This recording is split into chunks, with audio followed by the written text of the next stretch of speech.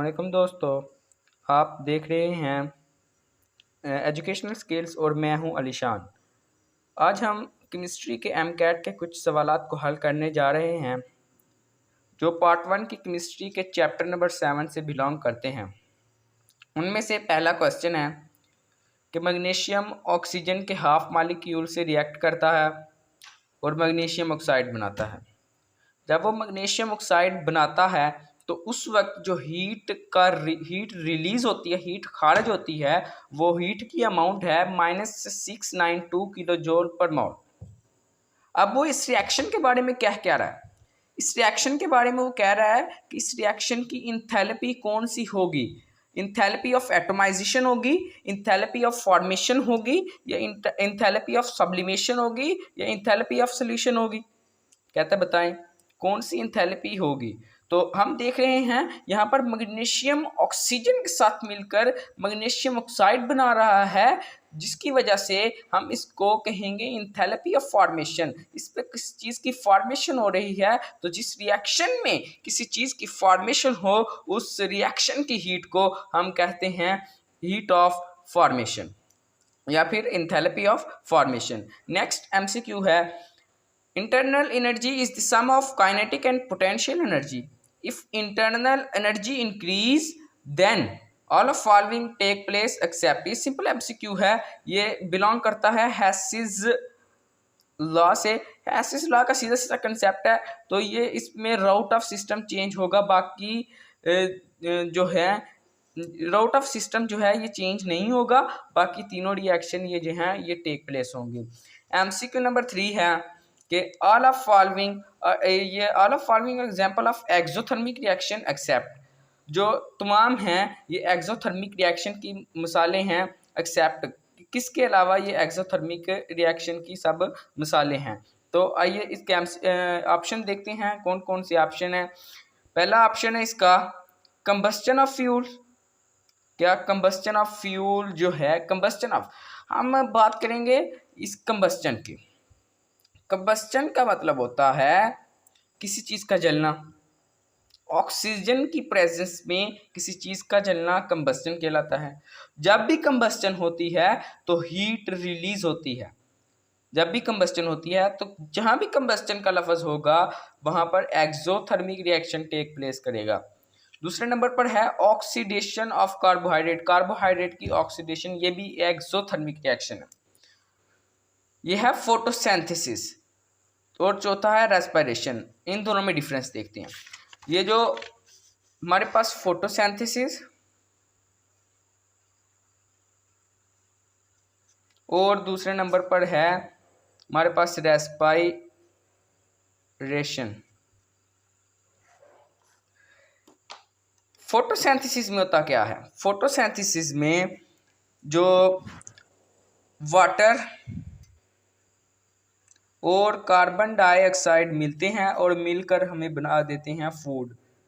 Food को हम कहते हैं ग्लूकोज। ग्लूकोज बनाते हैं। जब ये रिएक्शन होगा तो इसको एनर्जी की ज़रूरत पड़ेगी। एनर्जी मतलब इसको हीट की ज़रूरत पड़ेगी। ये रिएक्शन हीट की टेक प्लेस हीट की प्रेजेंस में होगा। इसका मतलब ये रिएक्शन एंडोथर्मिक है। जो रिएक्शन हीट अब्जॉर्ब करके टेक प्लेस हो उसको हम कहते हैं एंडोथर्मिक रिएक्शन। अब हम रेस्पिरेशन देख लेते हैं। रेस्पिरेशन जो है इसको जो है इसमें जो फूड है ये ब्रेक होती है वाटर में कार्बन डाइऑक्साइड, यानी यही रिएक्शन जो है अगर हम उल्टा कर दें, उसको उल्ट कर दें तो यही रिएक्शन जो है ये रेस्पिरेशन है और साथ में हीट का इखराज होगा, हीट रिलीज होगी। तो ये ज़ाहिर करता है कि ये भी एक एक्सोथर्मिक रिएक्शन है। ये भी एक एक्सोथर्मिक रिएक्शन है। सिर्फ एक जो हमने देखे हैं सब ऑप्शन, उनमें से सिर्फ एक जो है ये एंडोथर्मिक रिएक्शन है। तो हमारा करेक्ट ऑप्शन ये होगा फोटोसिंथेसिस। नेक्स्ट एमसीक्यू है, bomb calorimeter is used for accurate determination. Accurate determination यानी जो बॉम्ब कैलोरीमीटर है वो इनमें से किसकी डिटर्मिनेशन के लिए इस्तेमाल होता है? तो ऑप्शन है heat of combustion, heat of neutralisation, heat of formation और हीट ऑफ सोल्यूशन। तो हमने अगर हम टेक्स्ट बुक देखें केमिस्ट्री की, उसमें जो है लिखा हुआ है, ये प्रॉपरली तौर पर लिखा हुआ है कि बॉम्ब कैलोरीमीटर जो है ये हीट ऑफ कंबस्चन को मेजर करने के लिए इसमें हमने कहा था कि कोई भी फूड जिसको ब्रेक करने से जितनी एनर्जी मिलती है, अगर हम उसको मेजर करना चाहते हैं तो उसको हम बॉम्ब कैलोरीमीटर के अंदर जो है उसको हम बर्न करेंगे। जब हम बर्न करेंगे तो बर्न होने के बाद वह हमने थर्मामीटर के ज़रिए उसका टेम्परेचर देखते थे और हम कैलकुलेट करते थे कि इससे कितनी एनर्जी हासिल होती है, इस से जो हीट चेंज है वो कितनी टेक प्लेस होती है। और बाकी जो तीनों हैं हीट ऑफ फॉर्मेशन, सोल्यूशन और न्यूट्रलाइजेशन, ये टेक्स्ट बुक की साइड इंफॉर्मेशन में ये क्लियरली लिखा हुआ है, ये तीनों ग्लास कैलोरीमीटर के ज़रिए मेजर किए जाते हैं। लास्ट एमसीक्यू है, which of the following shows combustion of saturated hydrocarbon? Saturated hydrocarbon की कंबस्चन कौन शो करता है? तो हम देखेंगे कि इनमें से सैचुरेटेड हाइड्रोकार्बन हमारे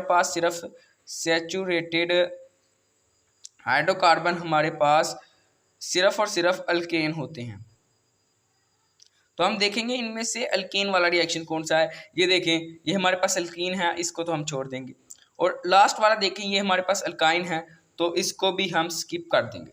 हमारे पास दो ऑप्शन बचते हैं, एक दोनों में मीथेन है जो कि एक अल्केन है और ये सैचुरेटेड हाइड्रोकार्बन है। हमने अब इनमें से सिलेक्ट करना है कि करेक्ट ऑप्शन कौन सा है। तो हम देखेंगे कि जो कंबस्चन होती है, मैंने आपको पहले भी बताया था, कंबस्चन के बदले में कार्बन डाइऑक्साइड और वाटर की फॉर्मेशन होती है। तो ये रिएक्शन कंबस्चन का रिएक्शन है, ये रिएक्शन कंबस्चन का रिएक्शन नहीं है, क्योंकि इसमें मेथनॉल जो है वो बन रही है। तो ये फॉर्मेशन ऑफ मेथनॉल का रिएक्शन है, लेकिन ये वाला रिएक्शन जो है ये कंबस्चन का रिएक्शन है। तो दोस्तों, ये थी हमारी आज की वीडियो, जो कि एमकैट केमिस्ट्री के एमकैट के जो कुछ सवालात हैं उस पर बनाई गई है। तो नेक्स्ट वीडियो में मिलते हैं, तब तक के लिए अल्लाह हाफिज़।